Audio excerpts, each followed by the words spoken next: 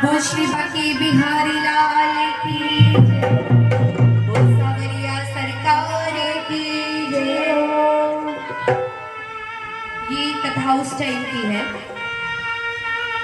जब कृष्ण राधा जी को छोड़कर, माँ यशोदा जी को छोड़कर, सारे गोकुल वासियों को छोड़कर मथुरा नगरी में जा रहे थे और आखिरी बार राधा रानी से मिलने आए कि मुझे अनुमति दीजिए। कृष्ण जा ही नहीं सकते थे राधा की अनुमति बिना। राधा की अनुमति लेके आए, लेने गए, राधा रोने लग गई झलझल। कृष्ण ने पूछा क्यों रो रहे हो राधा?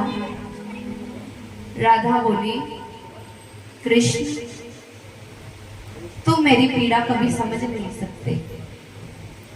तुम्हें मेरी पीड़ा समझने के लिए अगली बार क्या बनना पड़ेगा? राधा बनना पड़ेगा। मैं तुम्हें कभी समझा नहीं सकती मेरी विरह। तुम तो जा रहे हो अपना कार्य करने, और मैं तुम्हें रोकूंगी भी नहीं, पर मेरी विरह समझने के लिए आपको अगली बार राधा बनना पड़ेगा। तो यही एक भजन के माध्यम से ओ सावरी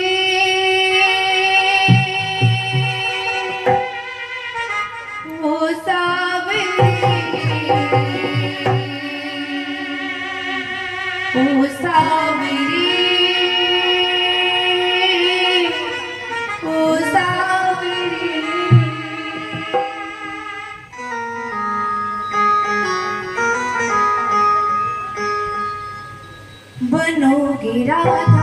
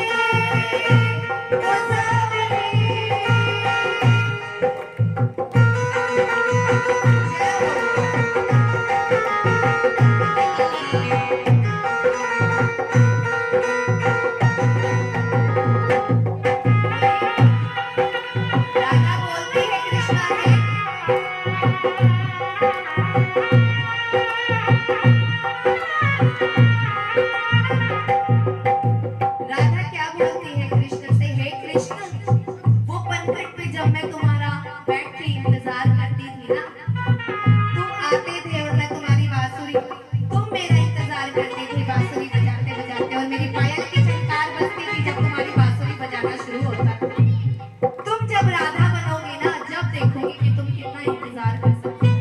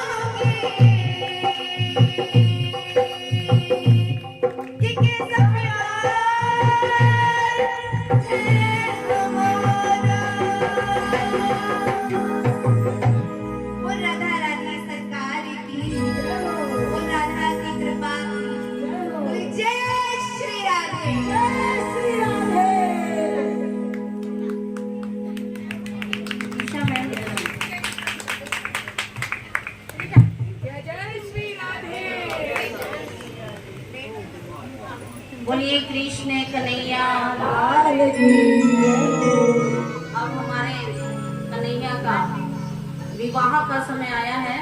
ये डिटेल कल आपको बताएंगे कि जरासंध ने 17 बार 23 अक्षौहिणी सेना के साथ भगवान के साथ युद्ध किया था।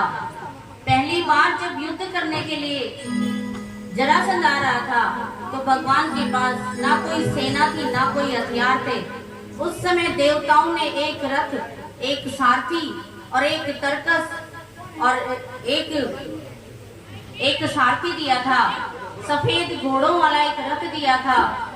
उसको लेकर के देवताओं के द्वारा दिए हुए उस रथ से ही भगवान ने 17 बार जरासंध को हराया था। 18वीं बार कल बताएंगे इसकी पूरी डिटेल। नारद जी से मिले। नारद जी ने कहा कि तुम्हारा एक मित्र है कालियवन, यदि उससे मिल लो तो जरूर कृष्ण हार सकता है। जब दो युद्ध करने के लिए आ रहे थे तब बलराम जी ने और भगवान कृष्ण ने विचार किया कि अब एक से युद्ध करेंगे, दूसरे हमारे मथुरा वासियों पर राज करेंगे। तो मैं नाम के एक दानव को कहा कि हमारे एक समुद्र के अंदर एक द्वारिका धाम की छोटी सी स्थापना कर दीजिए, ताकि हम सारे गोकुल वासियों, मथुरा वासियों को जो वृष्णिवंशी और यदुवंशी हैं, हम उनको वहां पहुंचा देंगे, वो सुरक्षित। फिर हम जरासंध के साथ युद्ध करेंगे। इस प्रकार से भगवान ने द्वारिका धाम की स्थापना करवाई थी और उसमें एक ऐसी सभा का निर्माण था जिसमें भूख, प्यास, सर्दी, गर्मी कुछ भी नहीं लगती थी, क्योंकि नए स्थान पर नया प्रबंध करना बड़ा कठिन काम होता है। इसलिए भगवान ने ऐसी सभा का निर्माण किया कि जहाँ रहेंगे तो किसी चीज की जरूरत नहीं पड़ेगी। आज भी हम द्वारिका धाम में भगवान के गुरु द्वारिकाधीश के दर्शन करने के लिए जाते हैं और वहीं पर भगवान की गुणों का वर्णन करते हुए विदर्भ नगरी है, वहाँ एक कुंदनपुरी नगरी है, उसमें भीष्मक नाम के राजा रहते थे। उनकी बेटी का नाम रुक्मणी था। उसने कुछ ब्राह्मणों के द्वारा भगवान कृष्ण के गुणगानों को सुना था और उन गुणगानों को सुन करके वो अपना दिल भगवान को दे बैठी थी। इधर से उसका भाई ये चाहता था कि मेरी बहन का विवाह शिशुपाल से हो। उनके पिताजी नहीं चाहते थे कि इसका विवाह शिशुपाल से हो, किसी दुराचारी राजा के साथ हो।